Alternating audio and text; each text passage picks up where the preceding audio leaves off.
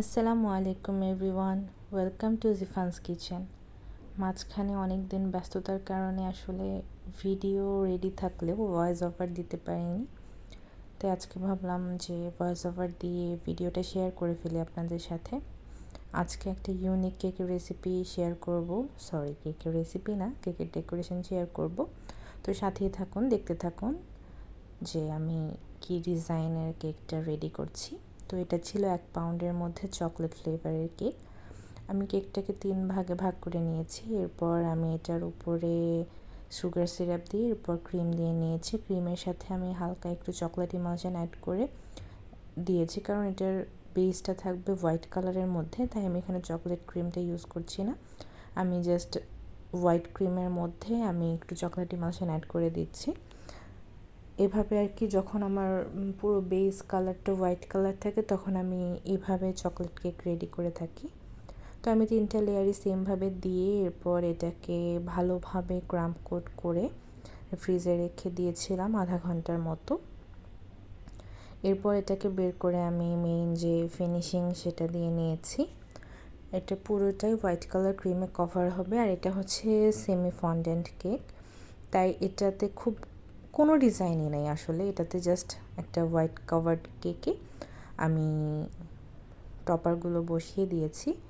তো এটা আমার করতে অনেক সময় লাগছিল, কারণ আমি কনসেন্ট্রেট করতে পারছিলাম না। আশেপাশে অনেক মানুষ ছিল, মানুষের মধ্যে কেক বানানো আসলে অনেক সময় লাগে, কারণ কনসেন্ট্রেশনটা ঠিকমতো দেওয়া যায় না কাজের মধ্যে।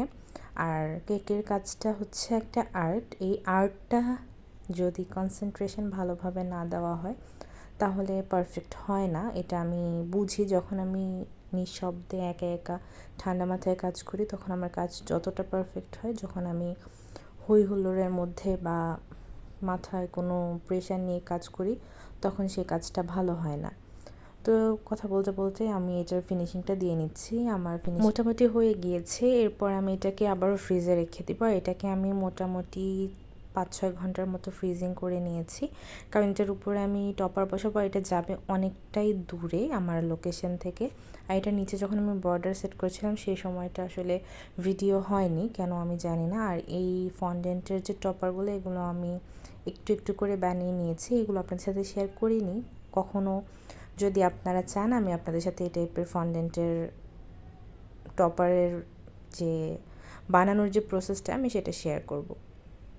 তো এই কেকটা অর্ডার করেছিল একটা ভাই তার বোনের জন্য, যে বোনের কিছুদিন আগেই একটা বেবি হয়েছে, এবং সেই বোনের বার্থডে উপলক্ষে ভাই এই কেকটা অর্ডার করেছে।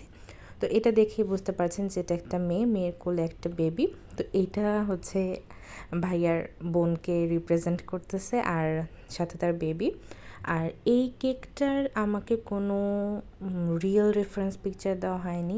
ভাইয়া যেরকম কেক চাচ্ছিলেন সেটা এআই জেনারেটেড একটা ছবি আমাকে দিয়েছিলেন এবং বলেছিলেন যে এই টাইপের কিছু একটা করে দিতে, এটার কোনো রেফারেন্স পিকচার নেই।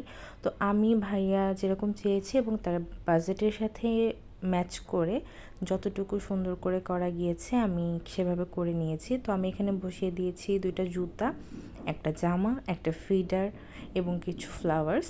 আরও কিছু ছিল ওই কেকটাতে, বাট আসলে ভাইয়ার বাজেটের সাথে আমার এত কিছু ডেকোরেশনটা মিলছিল না। তবে ভাইয়া বলেছিল যে যতটুকু করা যায় ওইভাবে সুন্দর করে যাতে আমি করে দিই।